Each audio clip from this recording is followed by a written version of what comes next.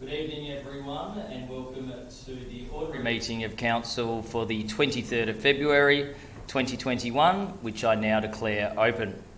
Although members of the public can't join us in person tonight, our meetings remain open to the public via the live stream on our website.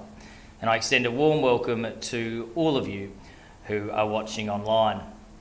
As per the current Chief Health Officer's Stay Safe directions, all councillors will keep their face masks on, only removing to speak for clear enunciation and visibility for this broadcast. As chair of the meeting and to facilitate proper meeting procedures, I will have my mask off for the majority of tonight's meeting. On behalf of Moonee Valley City Council, I respectfully acknowledge the traditional custodians of the land on which Moonee Valley is located, the Wurundjeri Woi-wurrung people of the Kulin Nation, and we pay respects to their spirits, ancestors, community members and elders past, present and emerging. We also extend this respect to other Aboriginal and Torres Strait Islander peoples. Item 3 on the agenda is apologies and leave of absence. And councillors, I have received a request for a leave of absence from Councillor Byrne from tonight, Tuesday the 23rd of February 2021, to Sunday the 28th of February 2021 inclusive. Tonight is in fact Councillor Byrne's first meeting she has missed since she was elected to council in 2016, and there is reason for this. On behalf of the councillor team and council staff, I would like to congratulate Councillor Byrne and her husband Phil on the arrival of a baby girl on Sunday afternoon, and we all look forward to meeting the new bub in the near future. On that note, can I please have a motion that the leave of absence from Councillor Byrne be moved? Councillor Bedio, seconded Councillor Sharp. I'll put that to the vote. All those in favour? That's carried unanimously. Item 4 on the agenda is the confirmation of minutes. Councillors, can I please have a mover and a seconder that the minutes from the council meeting held on Tuesday the 9th of February 2021 be confirmed? Moved Councillor Tyson, seconded Councillor Sypek. I'll put that to the vote. All those in favour? It's carried unanimously. Item 5, declarations of conflicts of interest. I'll ask if any councillor has a conflict of interest in any item on the agenda this evening. As there are none, we'll move to item 6, presentations. And before I ask if there are any presentations tonight, I would like to acknowledge that this month is Ovarian Cancer Awareness Month. Tonight, councillors and staff are wearing teal ribbons to raise awareness and support for the 1,500 Australian women diagnosed with ovarian cancer each year. And this is a cause that has a very personal connection to our previous team of councillors. Ovarian Cancer Awareness Month is held in February every year, and Teal Ribbon Day is held on the last Wednesday of the month. It is a day to support Australian women affected by ovarian cancer. Throughout the month, events are held to raise awareness of the risk factors, signs and symptoms of the disease, and to share the stories of real women affected. To help raise awareness for ovarian cancer in Moonee Valley, the Clock Tower Centre will be lit in teal each night until the end of February. For more information, you can visit ovariancancer.net.au. I would also like to acknowledge that since our last meeting, many members of our community have celebrated the welcoming of the Lunar New Year. I had the opportunity to attend and speak at an event held by the Indo-Chinese Elderly Refugees Association of Victoria, and I know other councillors around the chambers attended virtual or physical events within their neighbourhoods. 2021 is the year of the ox, and many of the traits of the ox could act as principles for our councillor team moving forward.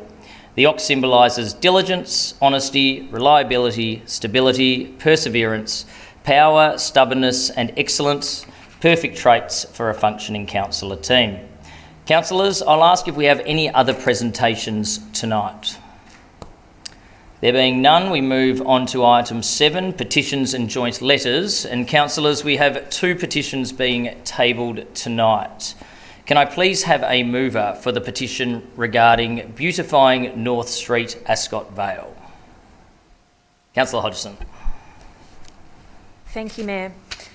We received a petition with 36 signatures requesting that Council beautify North Street, Ascot Vale by planting vibrant, colourful trees, ground cover and plants on the median strips and planting canopy trees on the roundabouts at either end of North Street.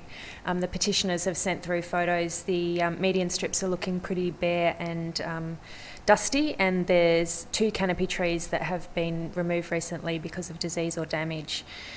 So I'd like to move that Council resolves to A, receive and note the petition regarding the beautification of the median strips and roundabouts in North Street, Ascot Vale. B, refer this matter to the Director of Service Delivery for investigation and reporting back to Council. And C, advise the petition organiser accordingly. Do I have a seconder for that motion? Councillor Bedio. I'll put that to the vote. All those in favour? That's carried unanimously. Can I now please have a mover for the petition crosswalk or traffic lights for Mount Alexander Road, Moonee Ponds? Councillor Isa. Thank you, Mayor. I'd like to move...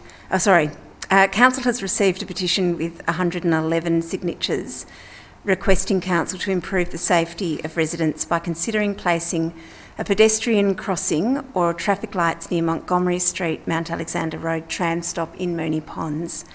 And I'd just like to read a small extract from the email that was sent explaining this petition.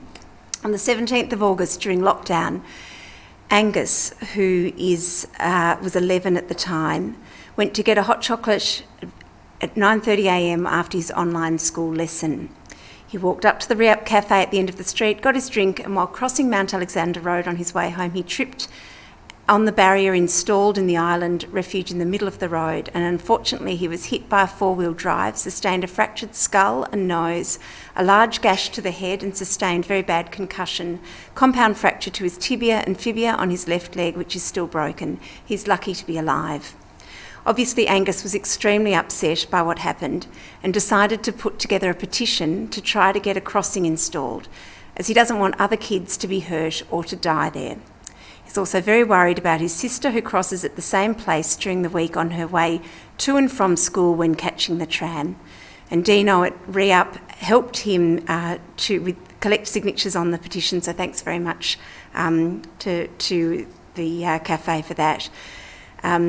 Angus's mother says, "I think there are lots of options we have here for improvement of safety and would greatly appreciate Council's help." So I'd like to move that Council resolves to receive and note the petition regarding a crosswalk traffic lights for Mount Alexander Road, Moonee Ponds. To B, refer this matter to the Director of Strategy and Planning for investigation and reporting back to Council. And C, advise the petition organiser accordingly. Thank you, Councillor Isa. Do I have a seconder for that motion? Councillor Hodgson. I'll put that to the vote. All those in favour? That's carried unanimously, and we wish Angus all the best on his recovery. We now move to item 8, which is public question time, and we have received 6 questions from the community for tonight's meeting. As we do not have residents in the public gallery this evening, I propose that we move to suspend the provisions in our governance rules requiring questioners to be present in the gallery. That will enable me to read the questions that have been submitted in advance and for the CEO to read the responses. So, councillors, may I please have a mover that Council resolves to suspend the public question provisions in its governance rules to allow questions from the gallery to be read by the Mayor and responses read out by the CEO for this meeting. Mover, Councillor Bedio. Seconded, Councillor Adams. All those in favour? It's carried unanimously. So the first question is from Nina Franceschi from Open Space Defenders Strathmore and members of Friends of Moonee Ponds Creek. Nina's question is, and I'm reading her words, at the 28th of January 2021 MVCC planning meeting, a notice of motion was raised for an additional shed at the Cross Keys Reserve. There was also a discussion on the Sports and Recreation Victoria grant funding for Strathnaver Reserve. Both sporting reserves sit within the Moonee Ponds Creek parklands. We request that MVCC protect the broad natural open green space along the Moonee Ponds Creek and ensure that any shed built at Cross Keys Reserve or RVGF works completed at Strathnaver Reserve will be limited to the current space that these reserves have been allocated. Please detail what plans Moonee Valley City Council has to protect the Moonee Ponds Creek public parklands from the encroachment and impact that these sporting reserves and sporting clubs have on our public parklands. I will pass to our CEO, Helen Swee, to respond to Nina's question. Thank you, Susan Mayor. Council's position regarding Moonee Ponds Creek parklands is in part expressed in the Chain of Ponds Moonee Ponds Creek Plan, endorsed by Council in December 2018. Council will work to ensure that future projects along the creek are aligned with this document. Regarding the impact of proposed projects at Straths Naval Reserve and Cross Keys Reserve, the Straths Naval Reserve Sports Ground Reconstruction Project will be contained within the existing sports ground footprint area, and Council will be receiving a future report in response to the 28th January Notice of Motion relating to the storage shed at Cross Keys Reserve. The retention of natural open green space will be an important consideration in this matter. Thank you. Thank you, CEO. Our second question comes from Kimberly Almeida. Thank you, Kimberly. The question reads, and these are Kimberly's words: in recent weeks, community members have seen evidence of individual racial discrimination around the community in the form of stickers. While Council took swift action to address this act of individual discrimination, Council also has an opportunity to practice anti-racism at an institutional level. Do you have an anti-racism policy or framework that works towards a safe and respectful community? I'll pass to the CEO, Helen Swee, to respond to Kimberly's question. Thank you. Susan Mayor, Council is committed to combating racism and standing up against discrimination in all its forms, including race-based discrimination, hate and violence. Moonee Valley is home to people from all over the world, and our mission is to work in partnership with the community to lead and develop a healthy and thriving city, and where everyone feels safe and included. We have made these commitments very clearly in the Fair Action Plan as part of MV 2040, and also adopted a Standing Together and Supporting Diversity Statement in 2018. Other activities to combat racism include delivering the Speak Up, Be Brave anti-racism campaign, acknowledging and celebrating a number of significant days for our diverse community, delivering grants to community groups that are run by and support culturally and linguistically diverse communities, developing and delivering the Reconciliation Action Plan and policy with a focus on building greater respect, recognition and representation of Aboriginal and Torres Strait Islander peoples, partnering with Wingate Avenue Community Centre on the Together We Stand, Say No to Racism training, and being a member of the Welcoming Cities Network, a network that fosters culture diversity and inclusion in cities. Council is very concerned about this material mentioned in your question and are taking this seriously. If you see any further propaganda, please let us know the exact location, which will assist us to remove it. Thank you. Thank you, CEO. Our next four questions are in relation to tonight's report, 10.2, being 72 Ascot Vale Road, Flemington, MV 2 2017. The first two come from Adrian Koani. Thank you for your question, Adrian, and I'll read Adrian's words. Traffic generated by this development will have a disastrous effect on the local roads adjoining Crown Street, Illawarra Road and Edinburgh Street. The amendment only adds to that by increasing the number of units in the development and removing visitor parking. The effect of this is a huge number of cars coming and going by the Crown Street driveway, which is currently non-existent. What controls will council enforce to ensure those households that have no off-street parking are able to park close to their residence and are able to enter and exit the area without long delays? Thank you for your question, Adrian. I will again pass to our CEO, Helen Swee, to respond. Thank you, Adrian. Through the Mayor, it's anticipated most residents will seek access from Askerville Vale Road when and where possible, and will use Crown Street access only when required or suitable based on the destination. With regards to the amendment, Council's Traffic and Transport Unit requested that visitor parking be reinstated, which would reduce the number of additional residential vehicles, thereby reducing the impact to the local road network. Further, the residents of the new development will not be eligible for parking permits, meaning they will not be able to rely on the on-street parking supply within the area, which is mostly restricted parking only. Thank you. Thank you, CEO. Adrian's second question reads, there are plans for waste removal to be performed by a contractor and not by council. What guarantee is there that this will continue into the future? The street frontages have no ability to accommodate the hundreds of bins that would be utilised. Case in point, garbage bins for Newmarket Way line the entire street frontage on a Wednesday evening/Thursday morning. Thank you for your second question, Adrian. I will now ask the CEO, Helen Swee, to respond. Thank you, Adrian. Through the Mayor, the development proposes waste to be collected on-site by a private waste collector as per the submitted waste management plans. This waste management plan is required and to be endorsed as part of Condition 42 of this permit. This means if the permit applicant is seeking to alter waste collection that differs from the endorsed waste management plan, they would need to formally amend this through a planning amendment.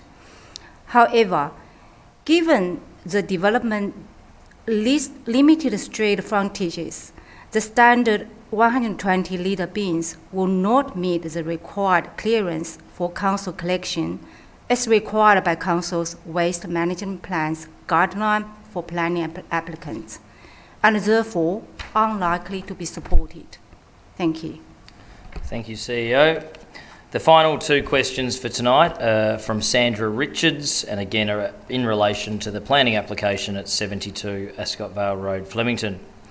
Sandra asks, regarding MV2 2017A, 72 Ascot Vale Road, Flemington, will Council vote against the proposed amendments to the original planning proposal?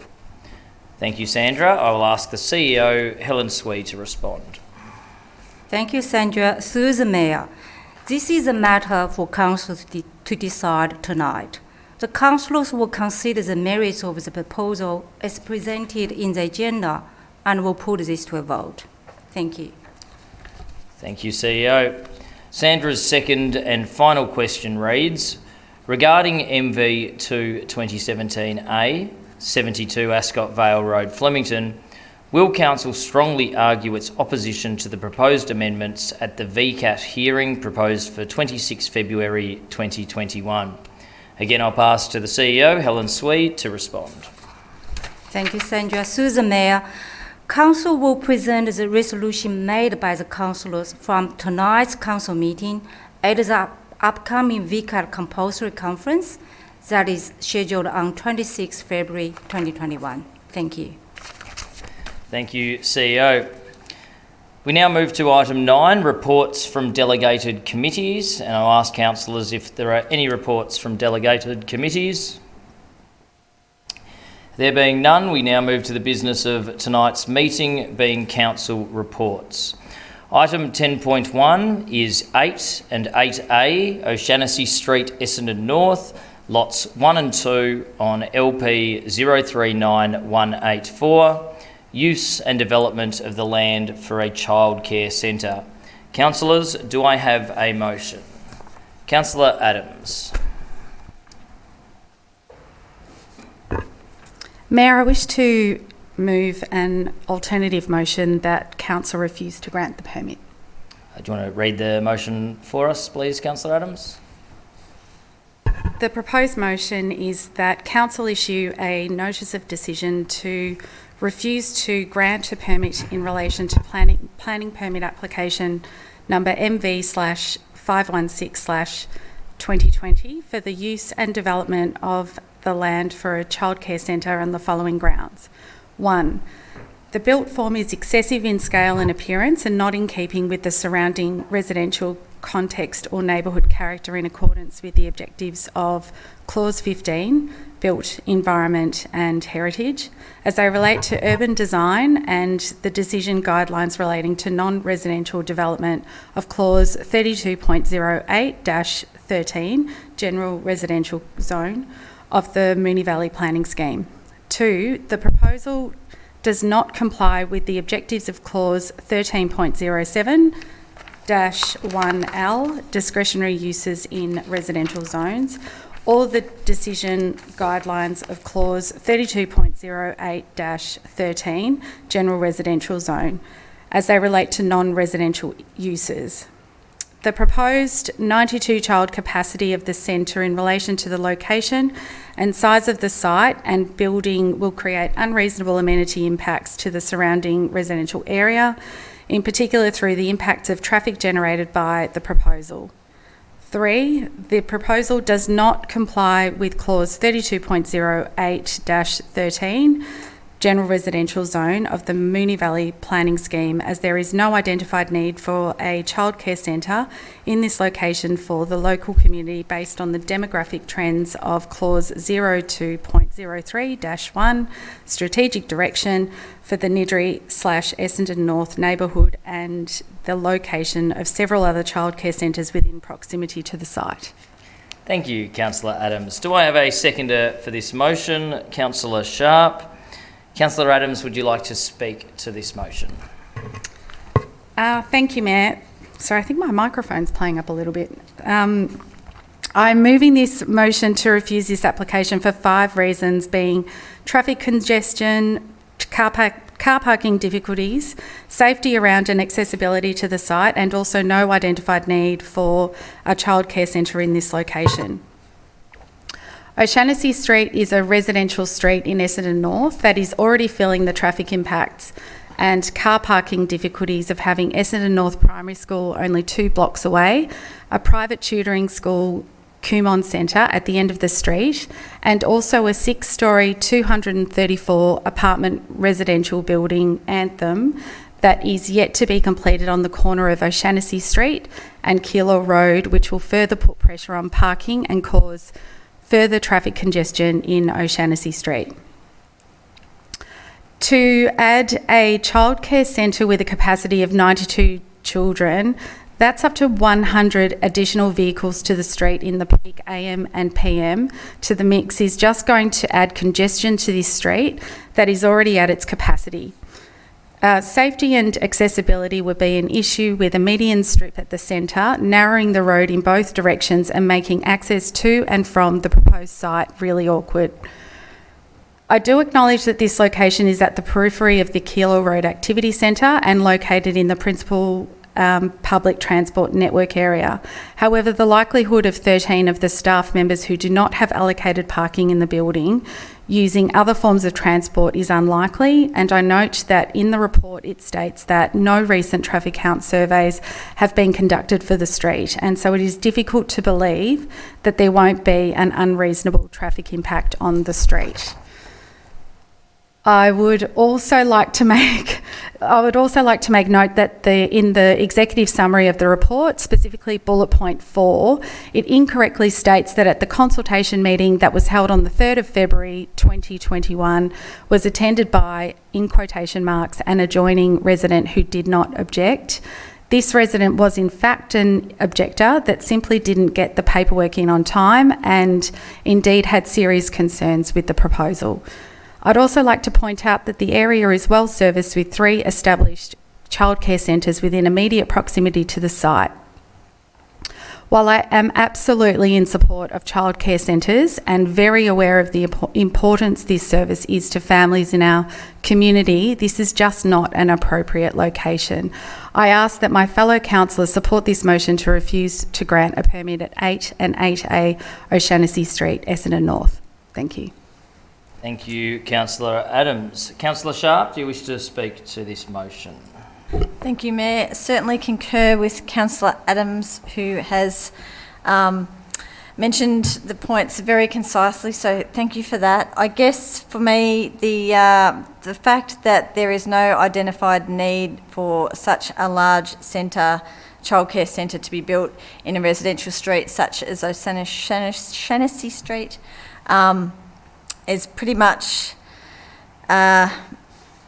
my turning point, I guess, on this application, alongside a lot of other things, but Councillor Adams has covered that off. But it's just, we really need to protect the residential amenity in our local neighbourhoods, and I understand that obviously it's off Keilor Road, but it's still a purely residential area, and yeah, I think we really need to be conscious of that, and I hope that fellow councillors can support this refusal. Thank you. Thank you, Councillor Sharp. Do any other councillors wish to speak to this motion? Councillor Isa? Look, I guess this really goes to the point of scale. The concern I have about the proposal is that while the proposal meets the required area for indoor and outdoor for children as set by regulations that are separate to the planning scheme policy, the way that because it's on such a small block, the way that it's constructed is such that the 40 children who will participate in rooms on the upstairs have a play area at the top, and the 50 children who participate in rooms downstairs have a play area underneath. But to meet the outdoor requirements, the play area up the top is practically on top of the entirety of the play area down the bottom, so that there's actually only 82 or 83 square metres of outdoor space for the children down the bottom that doesn't have a big veranda superimposed on top of it, effectively making it an indoor space without walls, constituting its outdoor space. Now, while I accept that the planning scheme doesn't turn its mind to that form of quality outdoor space for children, I certainly turn my mind to that, and I think it does go to the point of scale. Thank you. Thank you, Councillor Isa. Does any other councillor wish to speak to this motion? Councillor Hodgson. Thank you, Mayor. I'm a little bit conflicted on this one. I think in reading the officer's report, which outlines that the application very strongly aligns with the vision that we have of 20-minute neighbourhoods, and in particular the significant growth that we anticipate for this area in the next 20 years, leading to 2040. I'm leaning towards supporting the officer's recommendation and not a refusal. I think the discretionary uses in a residential zone include this particular use, and I don't think it's incompatible with a residential area, given that childcare centres service residents. And being close to school and tutoring centres, I think the council officer's report has indicated that that's a complementary use of the space rather than conflicting. So noting my fellow councillors' concerns about the application, I think I would respectfully disagree. Thank you, Councillor Hodgson. Does any other councillor wish to speak to the motion? If not, as there was dissent, Councillor Adams, would you like to have a right of reply? Nothing further to add, thanks, Mayor. Thank you, Councillor Adams. I'll put that to a vote. All those in favour?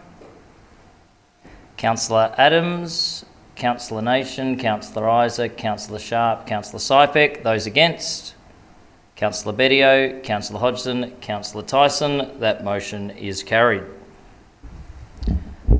Move to item 10.2, 72 Ascot Vale Road, Flemington, MV 2 2017. Councillors, do I have a motion? Councillor Isa. Mayor, I'd like to move the officer's recommendation with some amendments that I'll now read.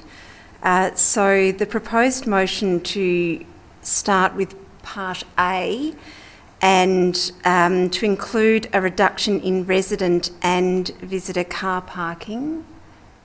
And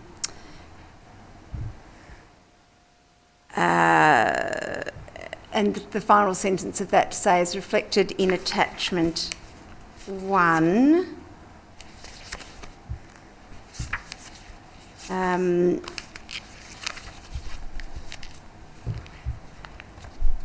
Apologies, Mayor, this has been a very complicated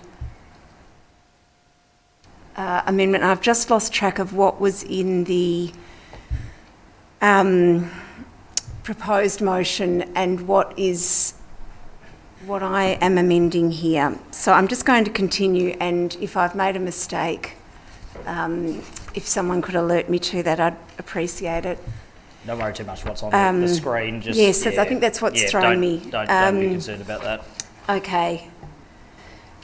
So I'd also like to incorporate an amendment to condition 1J to read the proposed vehicle crossover along Crown Street, including splays, updated on the plans and constructed in line with Council's vehicle crossings policy, and to align with the edges of the proposed access way.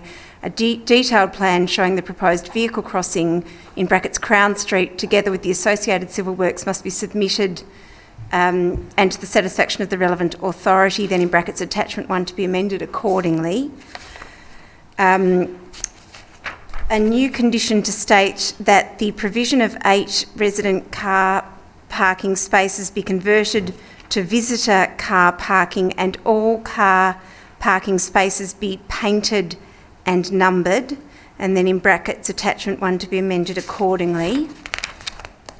And then deletion of the final paragraph in the recommendation that starts with that council and ends with separately circulated, so that paragraph to be struck out. Then a new part B, 1, that reads that council requests the permit applicant to pursue a signalised intersection at the corner of Ascot Vale Road and Edinburgh Street with the Department of Transport and at the permit applicant's expense. And then point 2, that council's evidence at VCAT includes an assessment of current traffic conditions and anticipated impacts on local streets surrounding the development, including Crown Street, Illawarra Road and Edinburgh Street, and that recommended mitigation measures form part of the council's position. That should read, and that recommended mitigation measures. Thank you, Mayor.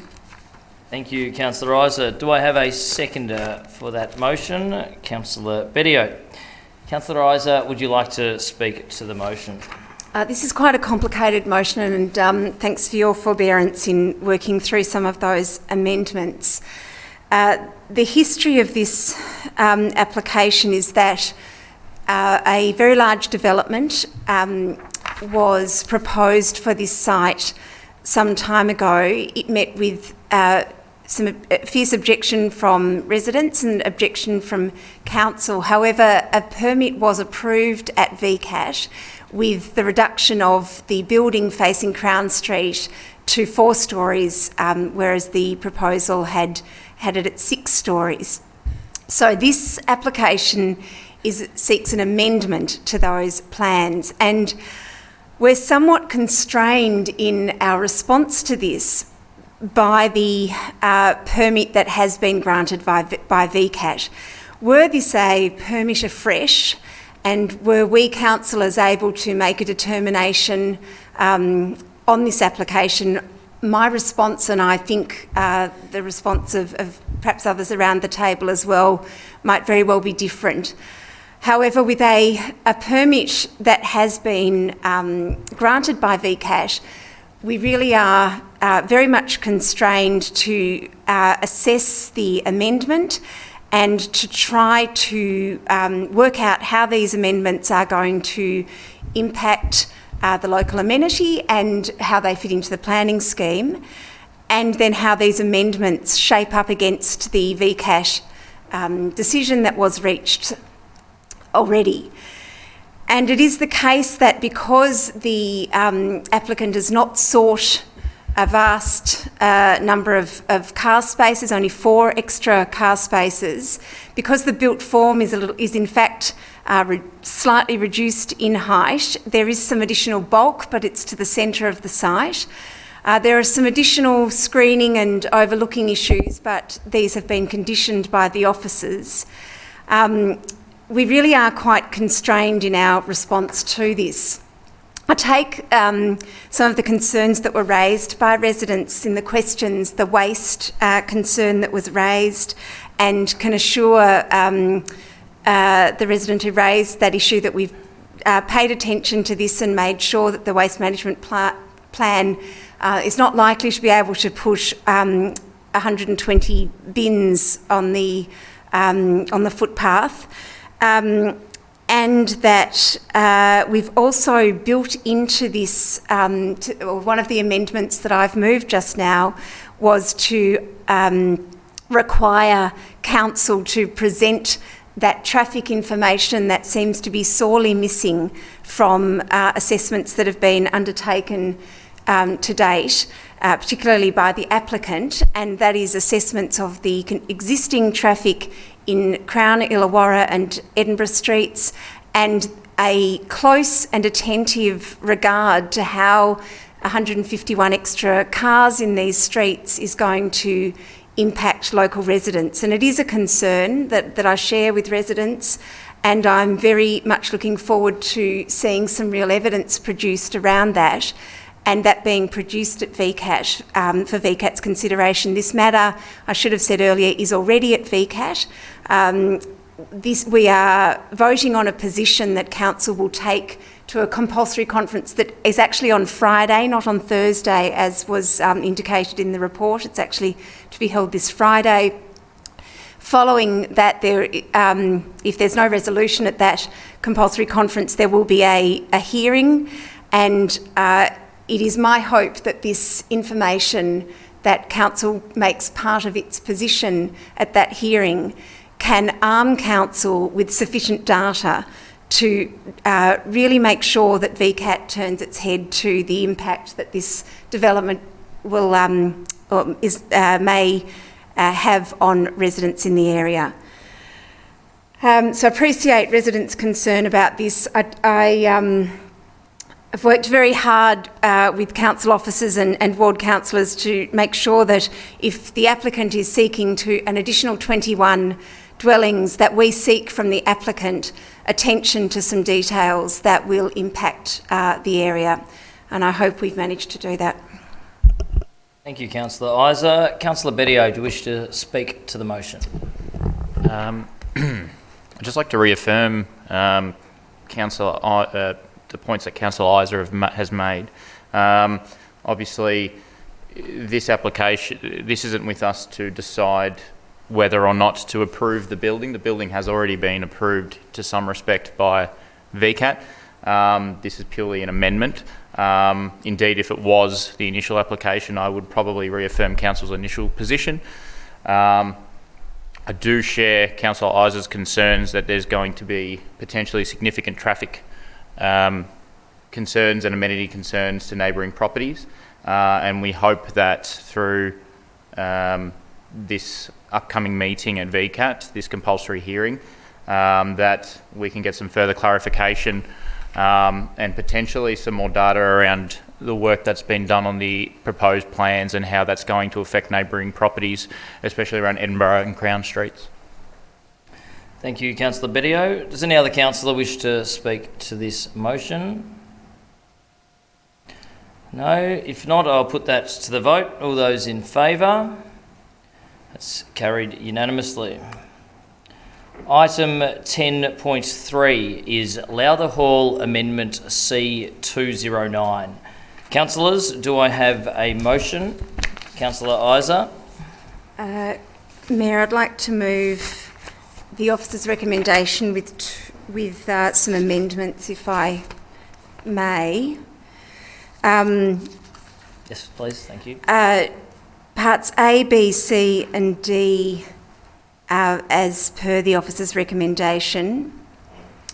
Part E to read, request officers to provide the panel and advisory committee with background information on the issue of Sherbourne Street and a preference to permanently close southbound traffic at Buckley Street, and emphasise the importance of the school's implementation of its green travel plan to minimise traffic impacts. F, write to all submitters to Amendment C 209 Moon to inform them of Council's decision. G, write to the Principal of Lowther Hall to emphasise the importance of the school's implementation of its green travel plan to minimise traffic impacts on residential amenity and improve pedestrian safety in the vicinity of the school, and invite further discussion between the school and council regarding traffic and student safety. Thank you, Councillor Isa. Do I have a seconder for that motion? Councillor Hodgson. Councillor Isa, do you wish to speak to your motion? So Lowther Hall's embarked some years ago on its master plan, and the exhibition of that was delayed because of the works to the underpass in Buckley Street, and it was exhibited last year. It received about 100 submissions. The master plan includes the expansion of the school to 900 students. It's currently capped at 800. The building of a gymnasium, accommodating staff parking underground in a basement car park, and some other internal and external improvements to the school. As a teacher, obviously, I understand the need for schools to improve, and the work that Lowther Hall have done to put forward this master plan's obviously been over many years and very extensive, and with the learning of their students at the core of its consideration. In moving some amendments to this next stage in the process, which is to take the amendment to panel, it's recognising that some of the submissions that were not resolved by council, and hence the reason for having to move to a panel, are around the traffic impacts of the parents largely dropping off children at school. And I know this has been exacerbated, particularly post-COVID. People are reluctant to use public transport. However, looking at the traffic data that Lowther Hall has put forward as part of its master plan proposal, it's really noticeable that a lot of work can be done by the school in terms of implementing its green travel plan.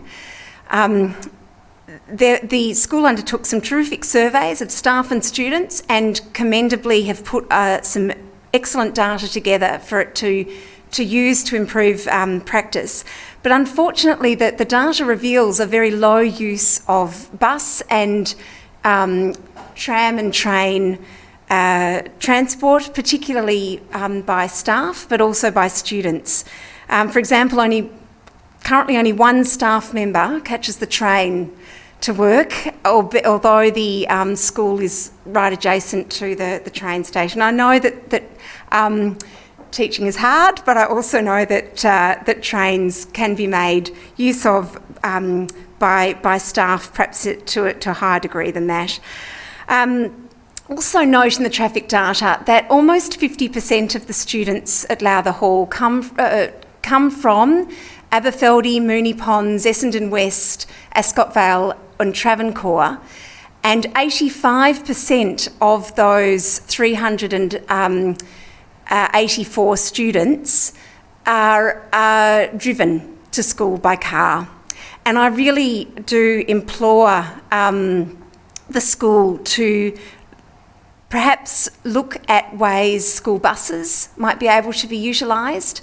A bus from each of those postcodes could potentially get 150 students out of their private vehicles and into some more mass transport, and really show the kids that sustainable transport is an important part of our daily life in Moonee Valley.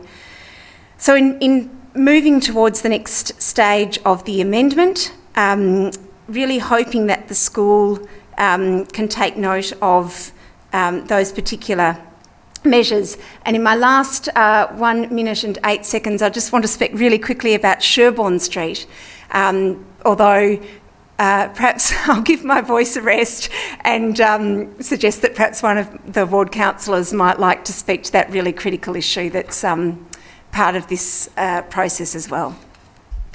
Thank you, Councillor Isa. Councillor Hodgson, would you like to speak to the motion? Thank you, Mayor, and thank you, Councillor Isa. Put me on the spot a little bit, but I'll do my best. I suppose just noting that the submissions, there were quite a number of submissions made in favour of this amendment, demonstrating, I think, clearly how the school community is really welcoming the changes, and I really think the success and growth of our high schools in Moonee Valley are going to be vital for the growth of our city. But it's equally important that we consider the school as part of its local community, and we've heard from a number of residents through the submission process and also directly to councillors that there are significant concerns about the impact of traffic around the school, in particular congestion, parking and pedestrian and road safety. And a lot of those arise along Sherborne Street, as Councillor Isa's foreshadowed. And a lot of those issues have also arisen because when the Buckley Street level crossing was removed, Sherborne Street was opened at Buckley Street to be two-way street. So in the amendment that we've moved, we've asked that officers provide some background on the changes that Sherborne Street has experienced as a result of that change, and that council's position, which has always been that the closure of Sherborne Street at Buckley Street to southbound traffic is something that should be considered to alleviate the issues and concerns that have arisen since the level crossing removal. So I really hope that through the panel process, as Councillor Isa has indicated, by referring this information to the panel, we'll have a panel of experts consider all the information and make recommendations on the best way forward that will consider solutions to some of these road safety and traffic issues as a part of planning for the future of the school as well as the future of that community. Thank you, Councillor Hodgson. Does any other councillor wish to speak to this motion? If not, I'll put that to the vote. All those in favour? It's carried unanimously. Report 10.4 is the Community Engagement Framework. Councillors, do I have a motion? I'm afraid it's me again. Councillor Isa? I'd like to move the officer's recommendation with some slight amendments. A, B, C as recommended. D to read, receive an annual report to Council in February 2022 on the evaluation and success of the Community Engagement Framework and Community Engagement Policy and revise the framework and policy accordingly. E, allow for administrative changes, grammar, spelling and changes to departments and position titles, close brackets, to the Community Engagement Framework and Policy. And F, communicate key features of the framework, policy and implementation plan with the Moonee Valley community in appropriate languages, modes and formats. Thank you, Councillor Isa. Do I have a seconder for that motion? Councillor Bedio. Councillor Isa, do you wish to speak to this motion? So the new Local Government Act requires us to create a community engagement framework, which is a really good opportunity for us to think about the way as a council we engage with our community and how we engage on a whole range of, whether it be the budget, the council plan or the Moonee Ponds Creek and similar issues that residents have written to us about today. The community engagement framework and policy needs to be endorsed by council before, I think it's next week. I think it's the 1st of March. So it is essential tonight, lest we be in breach of the Local Government Act 2020, that we actually pass our community engagement framework and policy. So I'm very much hoping that my colleagues are supportive of the motion to pass this. Don't want to get the minister offside. However, we are aware that this is being our first go at putting forward this whole suite of policies, that it's probably not exactly what we want to see right now, but it is a terrific start, and it will hopefully over the next year give us a chance to look at it more in more detail, to talk about it with residents, to see if it can work around our budget processes and our council plan, to see if it's sufficiently tailored for some of our large and small consultation processes, and then to come back next year, February 2022, and change it, revise it as need be, to make sure that it is giving our residents every opportunity to be participants in decision making at Moonee Valley, which is something that I know is important to many councillors around the table. So, as I said, hopefully we can pass this tonight and meet our legal requirements, and spend the next 12 months hearing from people about how we can craft it further to really do the job of consulting with our community to a degree of excellence that we want to achieve. Thank you, Councillor Isa. Councillor Bedio, do you wish to speak to the motion? Thank you, Mayor. Whilst this framework is obligatory under the Local Government Act, it's crucial that we do get this right.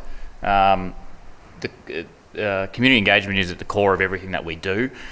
We don't meet here every second Tuesday necessarily for fun. We're here to deliver for our community. So it's really important that we know what our community wants and what they need.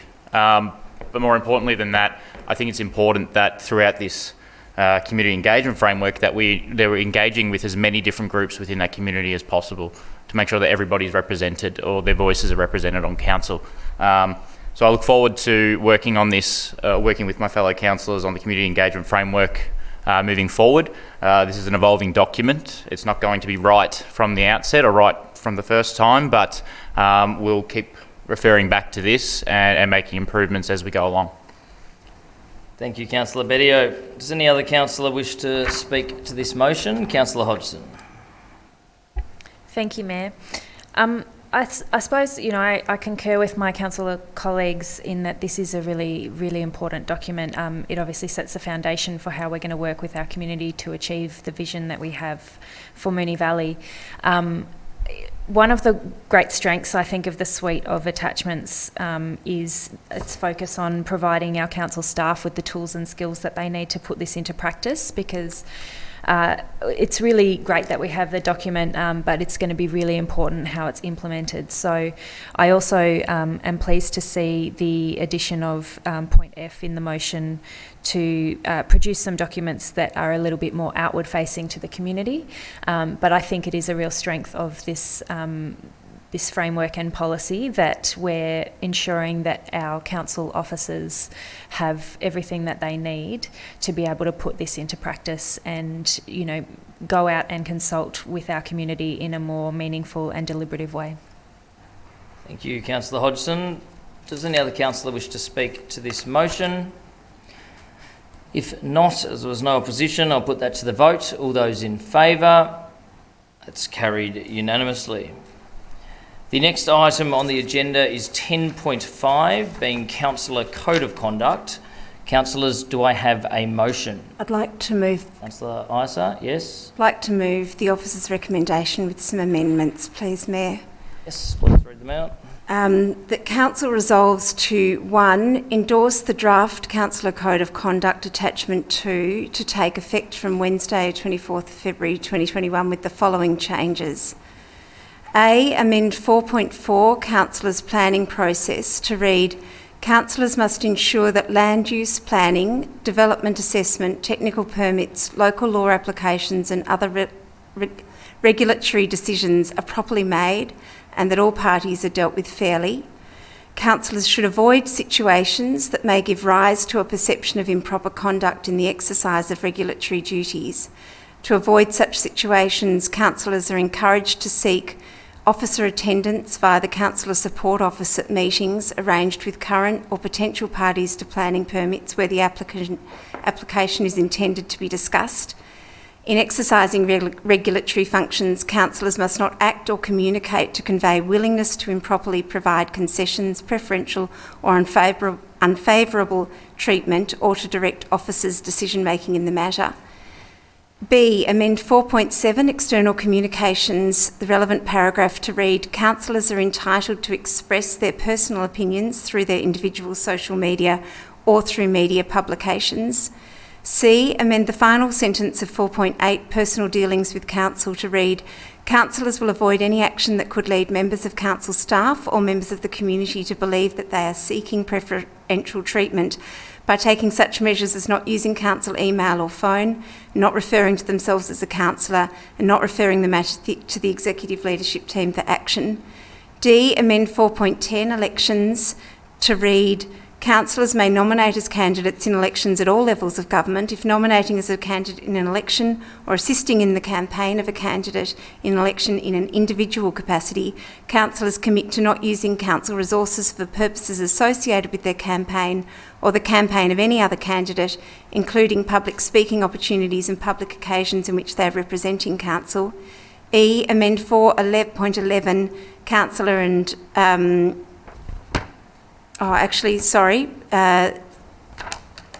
scrap E. Apologies. And scrap F. 2.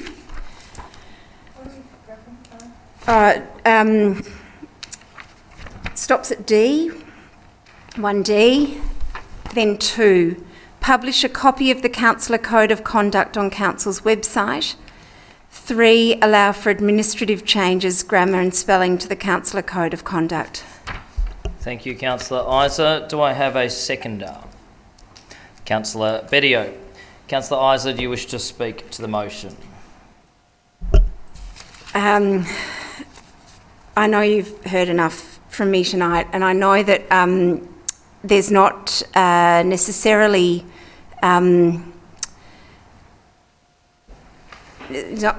agreement shared around what sort of code of conduct we should commit ourselves to. Again, the code of conduct is something that we need to pass tonight to comply with the Local Government Act 2020, and it is a really important document. It's a document that tells us and our community what we expect of ourselves with respect to our conduct, and our conduct needs to engender the trust and confidence of our community and needs to demonstrate best practice and excellence in governance. And I know that many councillors around the table are also really concerned about good governance, good practice. It's why there is, I think, 5 new councillors around the table, because we know that that's important to us and we know that that's important to our community. I really am hopeful that the code of conduct that we do endorse tonight reaches as high a level of good practice as we can at this early stage of our new council term.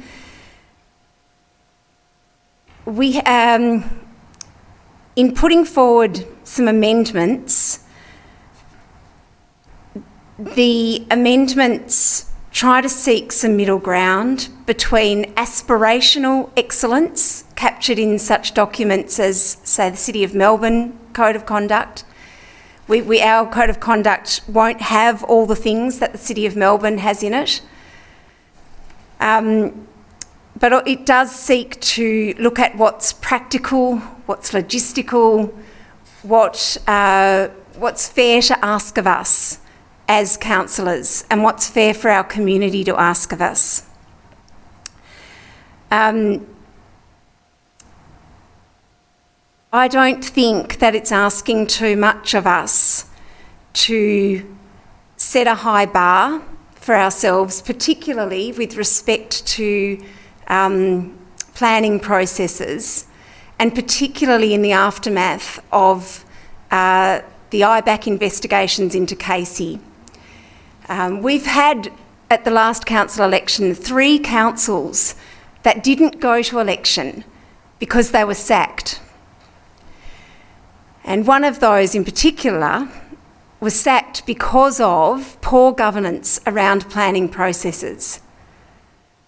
And I think it's really incumbent on us to demonstrate to our community that we take a high level of governance, a high level of excellence, and a high level of best practice when it comes to the 80% of council dealings, which tends to be about planning.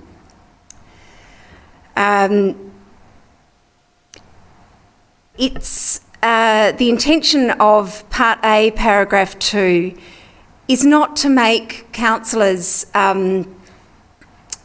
lives too difficult, and to not to impose an accusatory culture on council, where if councillors can't manage to meet with an officer present, they are seen to not be doing their job. It's to set an expectation that where it's possible to meet with planning applicants with an officer, that we strive to do that. And if we can't do that for any number of reasons, because we have lives essentially, that's okay, and we respect that of each other, but that we understand it's good for us and good for our community if we do seek an officer presence at those meetings. It helps our community to have trust and confidence in our decision making.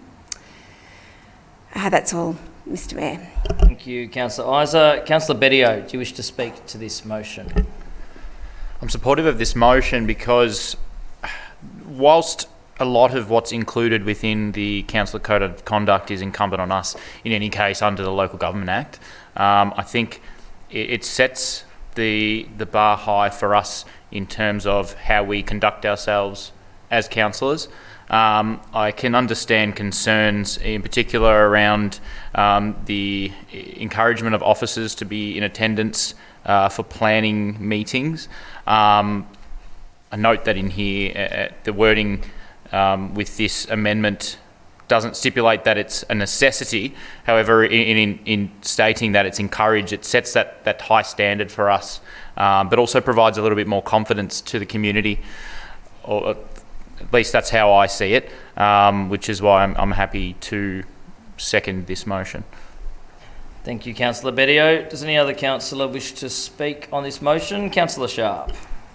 Mayor, could I please just ask a point of clarification? I've just noticed under this first section, councillors must ensure that land use planning, development assessment, technical permits, local law applications and other regulatory decisions are properly made and that all parties are dealt with fairly. As councillors, we are generally not the decider regarding technical permits, local law applications and regulatory decisions are generally those made by staff.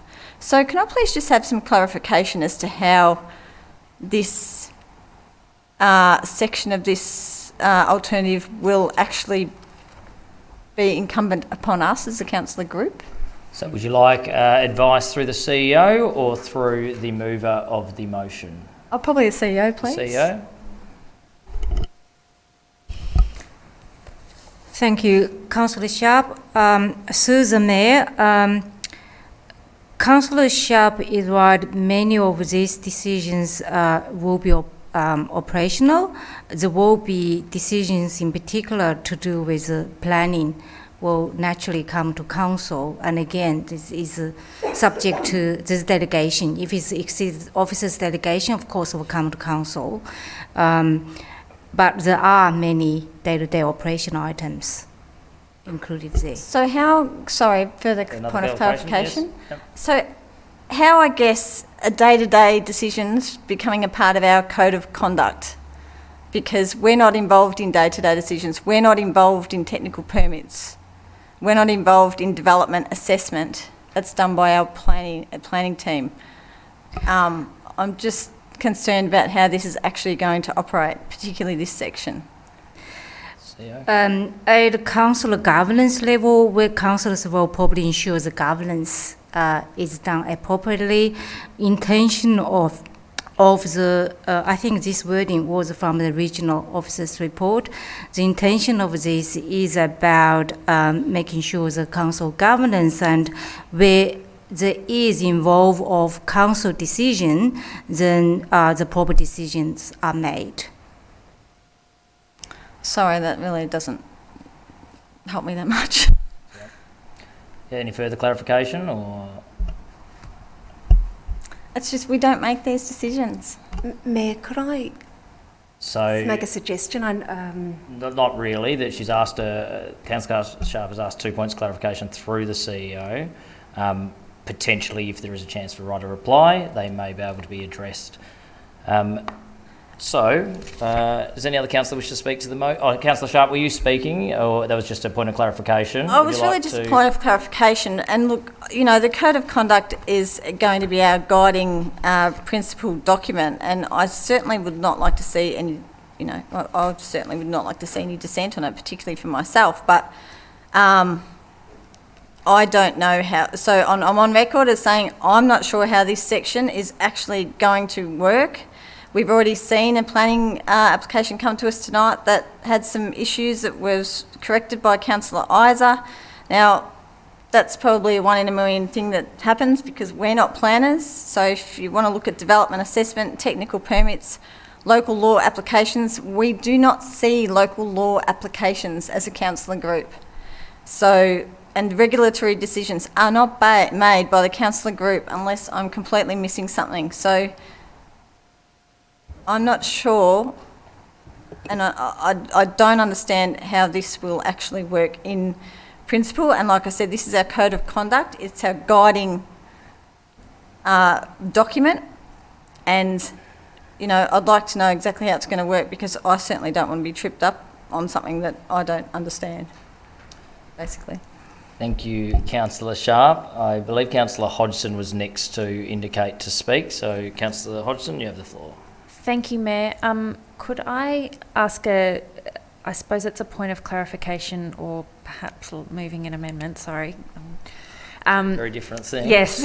Can I ask a point of clarification on what Councillor Sharp was mentioning, that the intention of the original officer's report, was it that councillors must ensure that land use planning, development assessment, etc., and other decisions where made by council are properly made?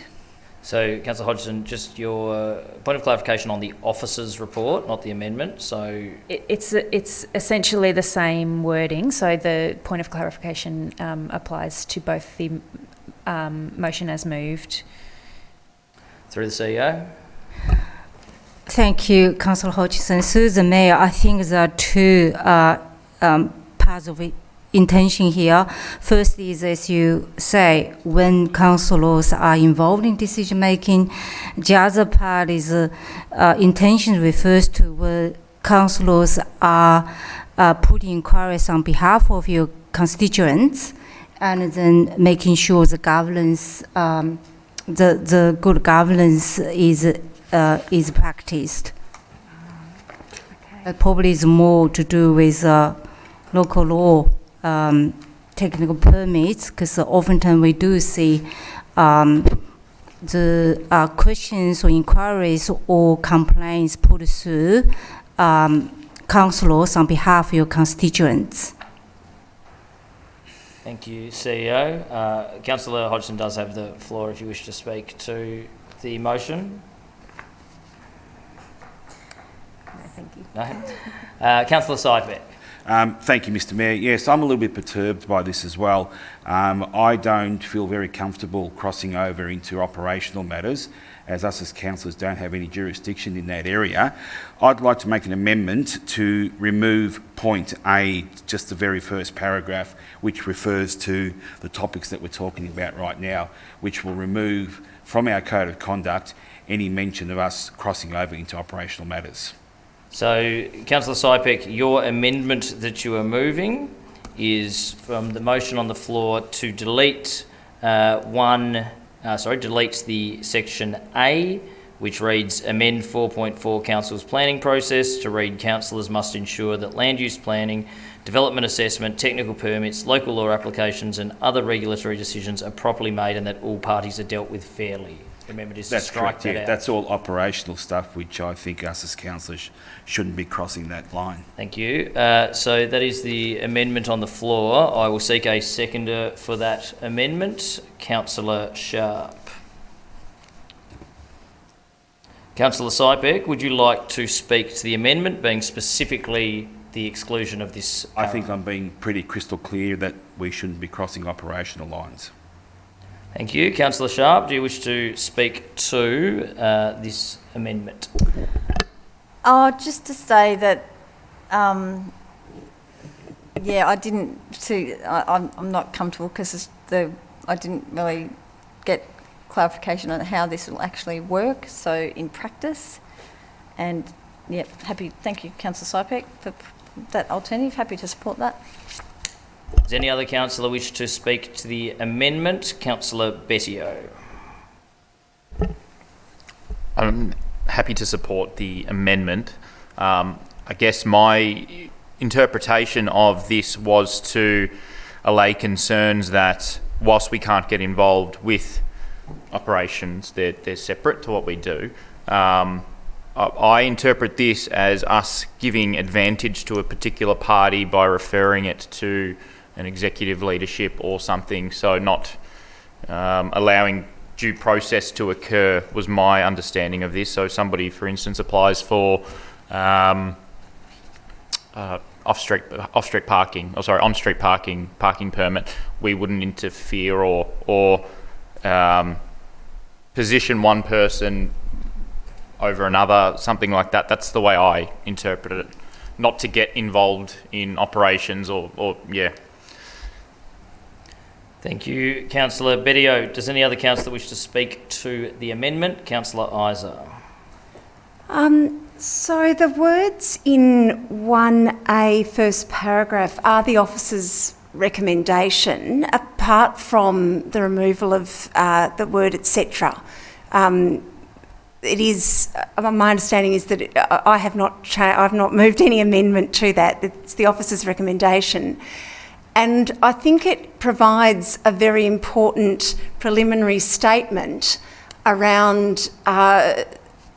And if we took that out, I think we're missing the key purpose of that particular section. Now, it could be.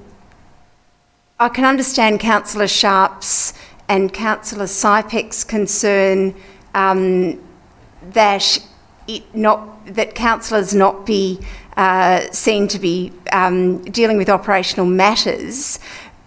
We do make land use planning decisions. We make development assessment decisions. Sometimes there are technical permits that come before us. They're probably. Maybe it's the inclusion of local law applications or other regulatory decisions that we don't come before us often. If they did come before us, it would be because it's required that we make a decision for some reason about it. I think we could either take out local law applications, or we could make a change that makes it clear that where these matters are not operational, they are properly made by councillors and that all parties are dealt with fairly. So I think there are other ways to clarify that paragraph rather than just removing it completely. I'm not sure, Mayor, whether I'm allowed to move an amendment to an amendment, given that it's my motion. So whether somebody else might like to take out the words local law applications and other regulatory decisions, if they're considered particularly troublesome, or put a suffix that says the regulatory decisions made by councillors or investigated by councillors are properly made. I think either of those amendments would resolve the legitimate concern of councillors Sypek and councillor Sharp without the removal of the important paragraph, which was drafted by officers and has been through quite a number of discussions amongst councillors. Thank you, Councillor Isa. So, point noted, but obviously we are currently dealing with Councillor Sypek's amendment, so that amendment must be voted on before we move back to a substantive motion when any further amendments could be made. Does any other councillor wish to speak on this amendment? There being none, I will put the amendment to the vote, which is... Oh, yes, sorry, you do have the right of reply. Yes, Councillor Sypek.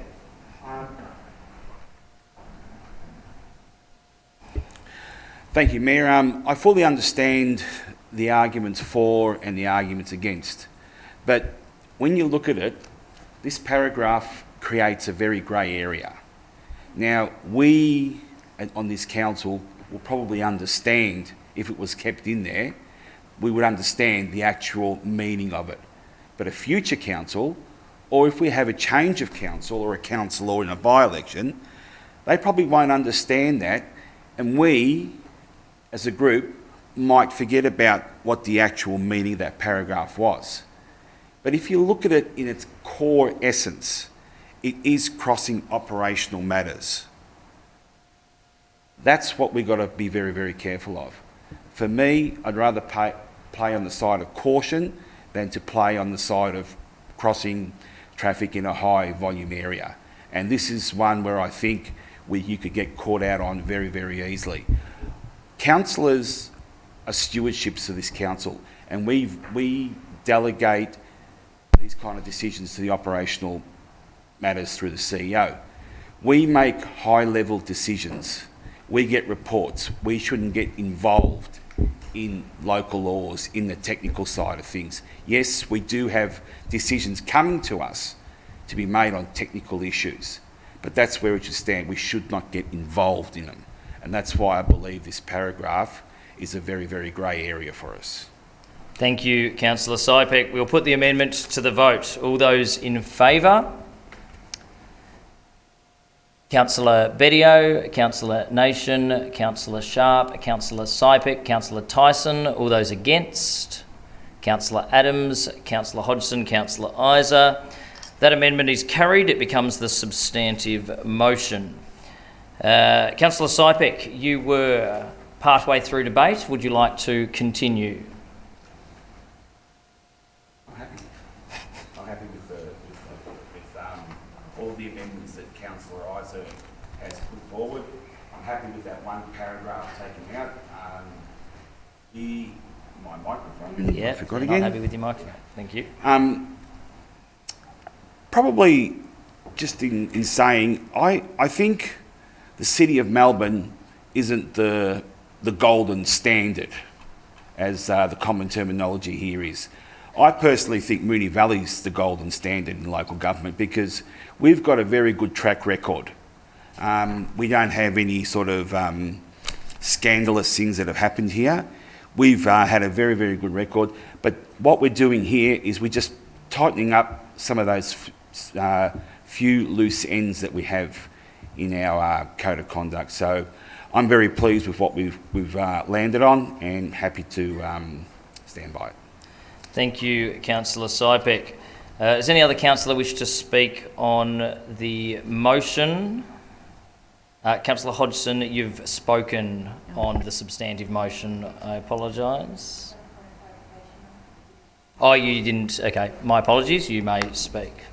Thank you, Mayor. I was hoping to move an amendment Yes. to the motion. What would your amendment be? To add into point A, so that point A would read in the first paragraph, amend 4.4 Council's planning process to read, councillors must ensure that all planning and regulatory decisions, when made or discussed by councillors, are properly made and that all parties are dealt with fairly. And then the second and third paragraphs as They moved. are, yes, with the motion. So the amendment, and I might just get you to read that out one more time, and we might, yes. So the amendment for Councillor Hodgson is under 4.4, Council's planning process, yes. Councillors must ensure that all planning and regulatory decisions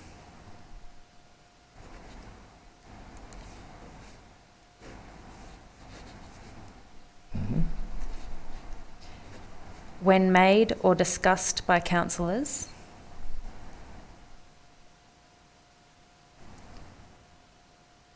are properly made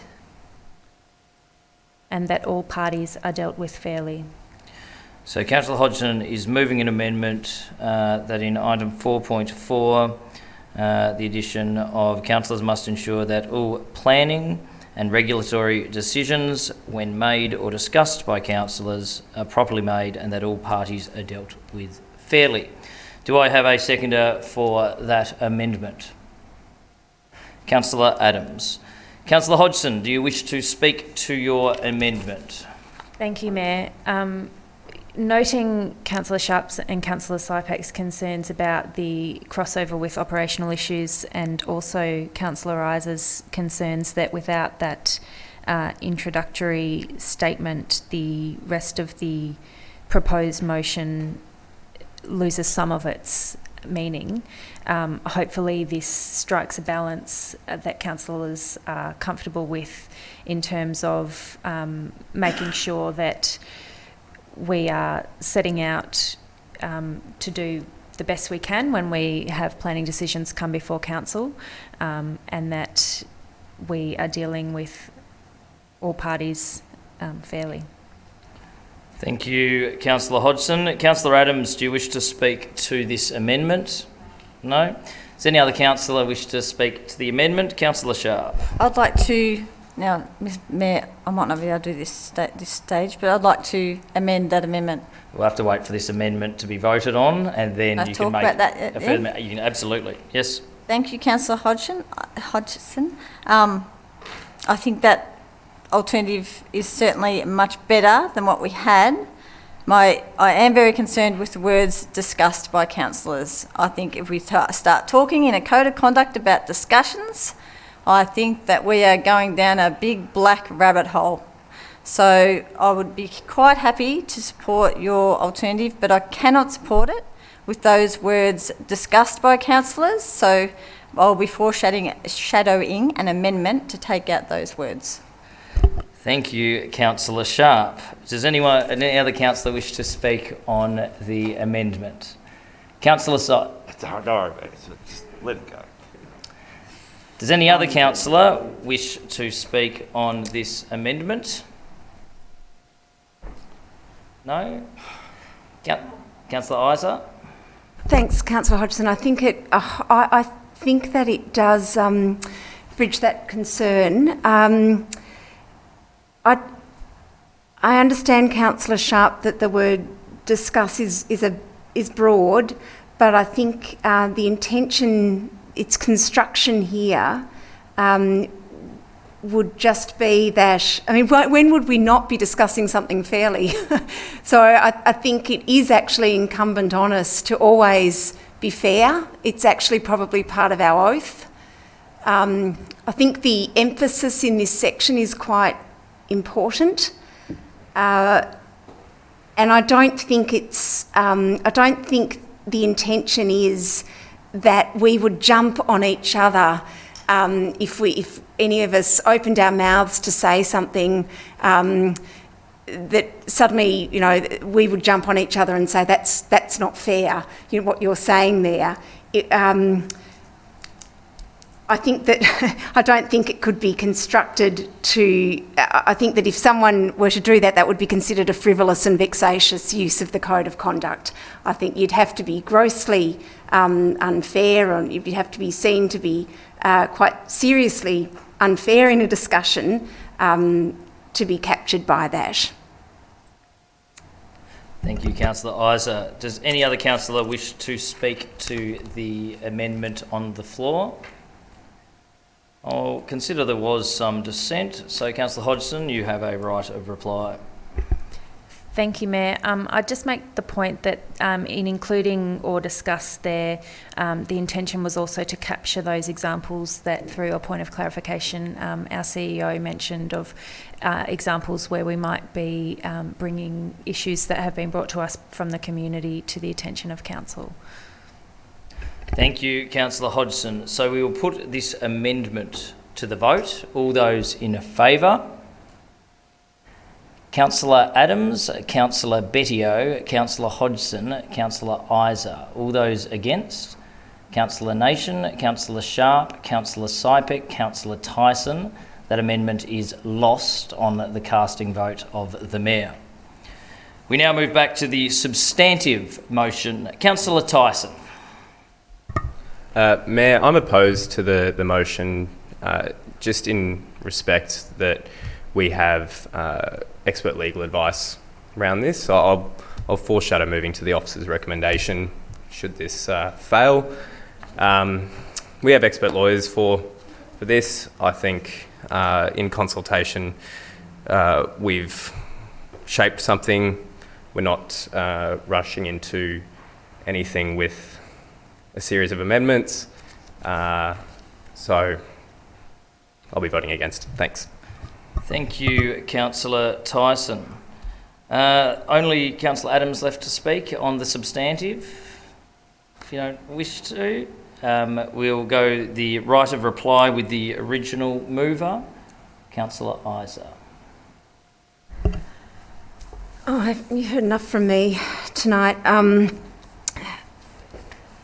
So just to clarify, when we've got on the table the original motion that I moved with Councillor Sypek's amendment to remove that paragraph. So that's what's on the table. Correct. And thank you, Councillor Hodgson, for attempting to find the compromise there. It's many of the elements that I've moved tonight are attempts to seek compromise between different forms of code of conduct that have been put forward, different discussions that have been had, different concerns people have raised. With respect to the concern raised by Councillor Tyson about advice that has been received, I'm fairly sure, and perhaps I might just put it to the CEO. CEO, are you confident that there's nothing being put forward on the table tonight that's contrary to any legal advice that council may have received? Just to direct that through the Mayor, so a point of clarification. No, you're right. A point of clarification to the CEO, if you could answer.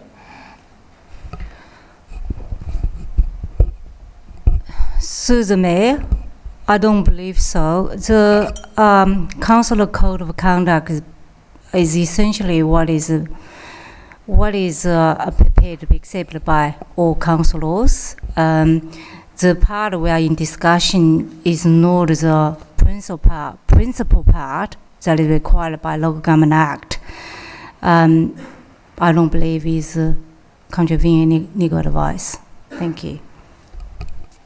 Thank you, CEO. Thank you, CEO. For example, 1B is just bringing the code of conduct in line with our existing policy. The amendment to 1C, so the amendment in 1C is just giving some practical examples to guide us further as to what that might mean, as is 1D, and that's really it. So I'm absolutely confident that there is nothing on the floor tonight that is contrary to any legal advice, that goes against any legal advice, the minor amendments seeking to give us as councillors the greatest guidance as we can perhaps agree to here and now, to do the jobs that we are required to do in a manner that meets excellence in governance. Thank you, Councillor Isa. I will put that to the vote. Just a point of clarification there. In the original motion, I only just wanted to take out the first paragraph of A, but the whole of A has been taken out. So No. It's still it remains there in the ignoring that, because that's just an amendment to the original Code of Officer's recommendation. Only the first part. Struck out the first paragraph, correct? Yes. Okay. All right. That's fine. So I will put the substantive motion to the vote. All those in favour? Yeah. Sorry to do this to you, but the substantive motion is exactly what? So the substantive motion is Councillor Isa's alternative with the amendment to strike out the first paragraph of 4.4 in the Code of Conduct. That's it. Yep. Okay. Thank you very much. I'll put that to the vote. All those in favour? Councillor Adams, Councillor Bettio, Councillor Hodgson, Councillor Nation, Councillor Isa, Councillor Sharp, Councillor Sypek. All those against? Councillor Tyson. The motion is carried.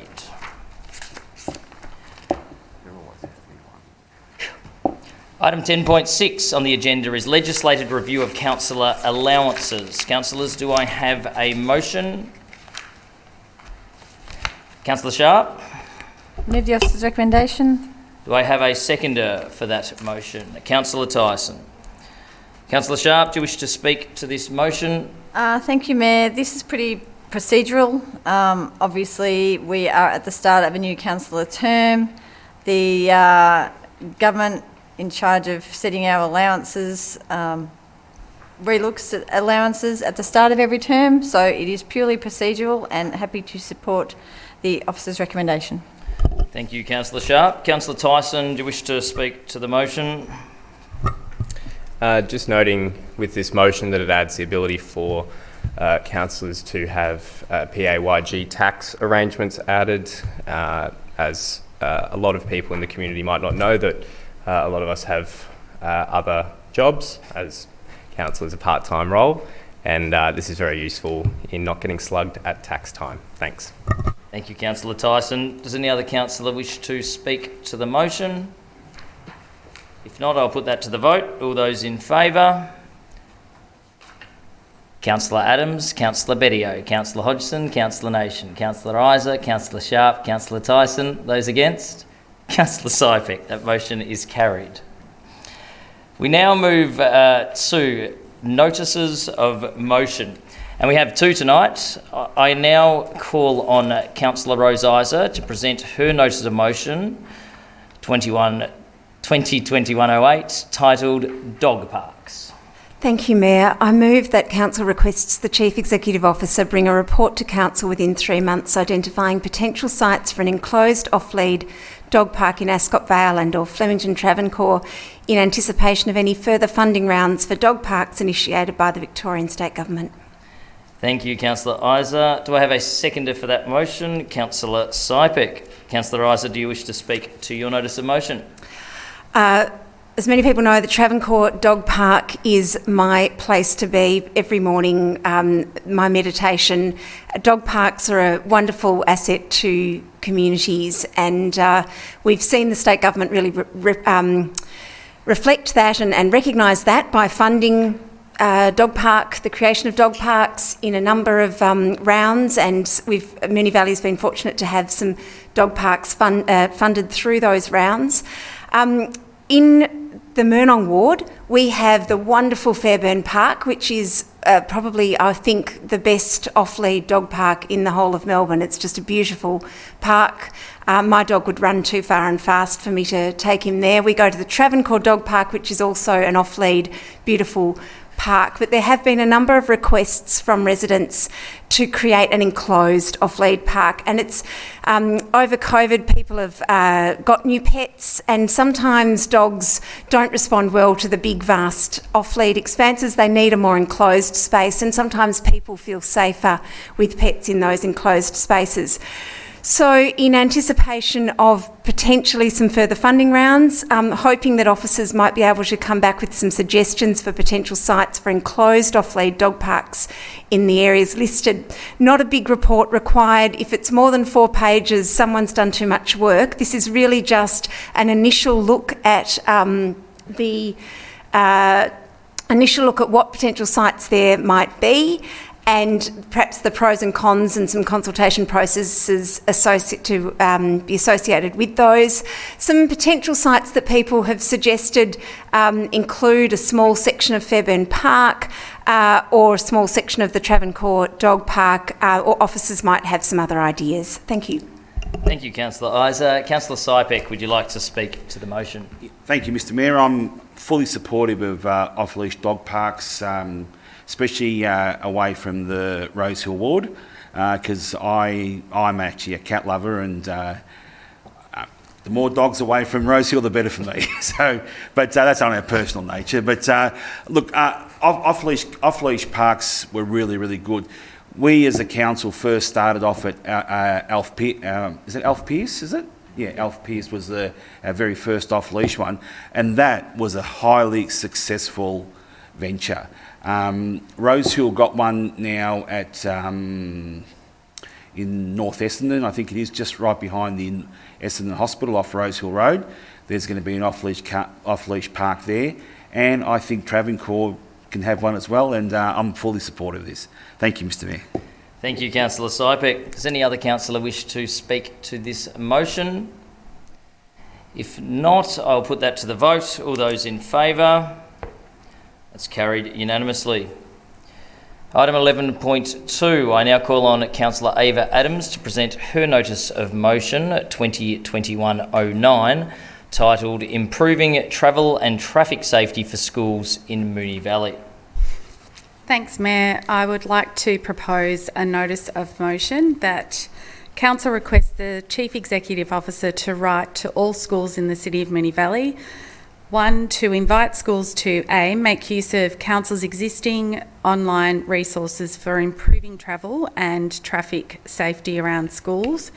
B, advise Council of key travel and traffic safety issues for their students and what the school is currently doing or plans to do in the future to address these issues. C, advise Council of barriers to travel and traffic safety that are not able to be addressed by the school and may fall into the jurisdiction of Moonee Valley City Council. 2, report back to Council within 3 months about issues raised by schools and recommendations for actions Council can take to assist schools to improve travel and traffic safety. Thank you, Councillor Adams. Do I have a seconder? Councillor Sharp. Councillor Adams, do you wish to speak to the motion? Yes, I will. Thank you. Within the Moonee Valley municipality, there are 28 primary schools and 9 secondary schools. I'd like to acknowledge the great work council officers have done around the Better Moves Around Schools program, adopted by council in 2014, which brings council and schools together to improve traffic, safety and parking management, and encourages walking, cycling and the use of public transport when travelling to and from school. This motion seeks to support this program and formalise communication between our new CEO and school principals in Moonee Valley so that a direct line of communication can be established. Thank you. Thank you, Councillor Adams. Councillor Sharp, do you wish to speak to the motion? Thank you, Mayor. Yep, I'm happy to support this. Obviously, over the last number of years, we have certainly been focused on schools and traffic issues around schools. And I can certainly state that the Better Moves Around Schools program has been very well taken up over the years, and a lot of great safety initiatives have been installed, like the pink drop-off zones. Certain crossings have been installed. Around some schools, there's been extra lollipop people added and things like that. So I think we can all concur that traffic or school traffic is can be certainly horrendous at times, but it's all about making sure that our kids are safe, especially when we are certainly promoting walking to school or riding to school. So happy to support this. And I know Councillor Adams was talking about this could be a conduit to our CEO, but also, you know, I guess you as the Mayor, when you speak to the schools with the school program, it might be an option for you to sort of focus on that issue as well, potentially, because you'll have you know, an engaged audience right in front of you. But yeah, and I guess this notice of motion is probably well timed because, you know, over the years everything changes. More people, more kids, or more traffic generally, more kids. Schools are certainly at capacity, so things change. So always, it's always something that we can continually improve on and continually talk about, because there's always ways to address, there's always options to address issues that arise. So this gives us the option. Thank you. Thank you, Councillor Sharp. Does any other councillor wish to speak to this motion? Councillor Hodgson. Thank you, Mayor. Just really briefly to say I think it's a really great initiative, really wonderful to get us on the front foot, and I think it also ties in really well with our green and connected plans for the City of Moonee Valley MV 2040. Thank you, Councillor Hodgson. Does any other councillor wish to speak on the motion? As there was no opposition, I'll put that to the vote. All those in favour? That is carried unanimously. The next item of business is urgent business. And councillors, do we have any urgent business? There being none. Oh, Mr. Mayor, can I? I'd just like to bring up some urgent business. What was the item again, councillor? 10.6, section 2.8. It actually states that it has to be a unanimous vote of council for this resolution to pass. As I voted against it, I had some concerns over it, but I've had clarification, and I'd like to bring up that one up again because I'd like to vote for it. Look, I don't think that is possible under the urgent business provisions. Sure. The vote has been taken on that report, so you could potentially post-meeting rescind that motion, but for the purpose of urgent business, there's no capacity to have a re-vote of something we've already voted on. Fine. But I appreciate the... Can we please have clarification on that though, because that's not how our voting system works. Would like to seek an adjournment? That would be great, The Mayor, motion, if that's okay. Sharp, Councillor Sharp wants to seek an adjournment for 5 minutes. Over seconder. Councillor Tyson, all those in favour? Meeting will be adjourned for 5 minutes. Let's wait till we're off.